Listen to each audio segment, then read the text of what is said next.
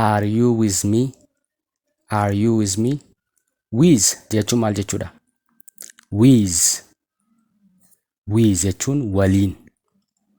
Ani are you with me siin jedhee maal jechuu kooti? Na waliin jirtaa? Akka jechuu kooti. Eeyyee jettee atis eeyyee si waliinan jira akka jechuuti.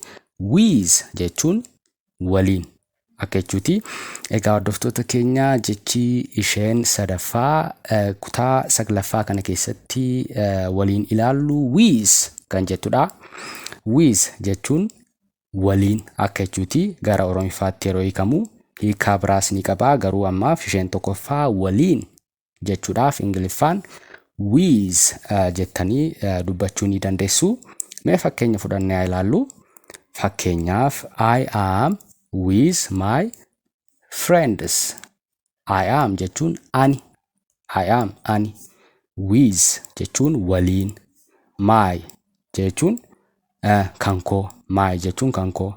Friends hiriyoota. Friends jechuun hiriyoota. Otoo saa kana keessaa baasne friend ta'a. Saa kana otoo keessaa dhiisne friend ta'a. Friend jechuun hiriyaa akka jechuuti. Friends yeroo jennee saa itti daballu immoo saan kun baay'ina agarsiifti. Friends yeroo jettan hiriyootadha. Friend yeroo jettan immoo hiriyaa akka jechuuti. Ani hiriyoota koo wajjinan jira yeroo jechuu barbaadan I am ani with waliin my kankoo friends hiriyoota koo. Hiriyoota koo wajjinan jira. Eenyu? An. I am with my friends. Ani hiriyoota koo wajjinan jira. With kan jettu kun amma waliin. Hiriyoota koo waliin. Hiriyoota koo waliin kan jettutti hiikamte jechuudha. With waliin. Waliin.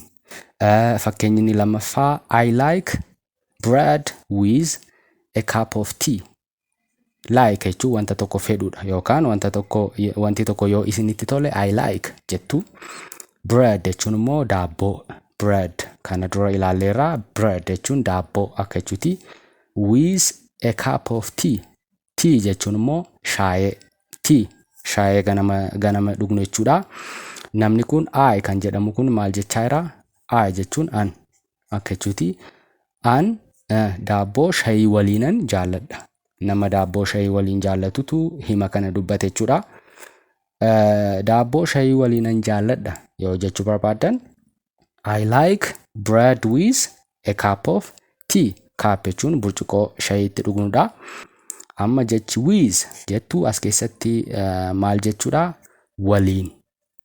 Daabboo shaayee waliin. Daabboo shaayee waliin akka jechuudha. I like bread with a cup of tea. Daabboo shaayee waliinan jaalladha akka jechuuti. Mee example salphaa isin karaa salphaa hubachuu dandeessan. We are with you. Nama tokkoon nuti si waliin jirra jechuu yeroo barbaadan we are with you jettu. We jechuun nu akka jechuuti yookaan nuti akka jechuuti. We jennee immoo is hin jennu are jenna. Kana dura ilaallee jira. Nuti si waliin jirra. Si waliin. Isheen kun amma akka maalitti hiikamti? Waliin.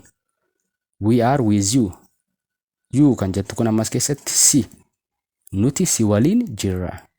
Within kun amma waliin. Waliin kan jedhamutti hiikamte jechuudha. Nama tokkoon nuti si waliin jirra yoo jechuu barbaadan we are with you. We are with you jettu jechuudha.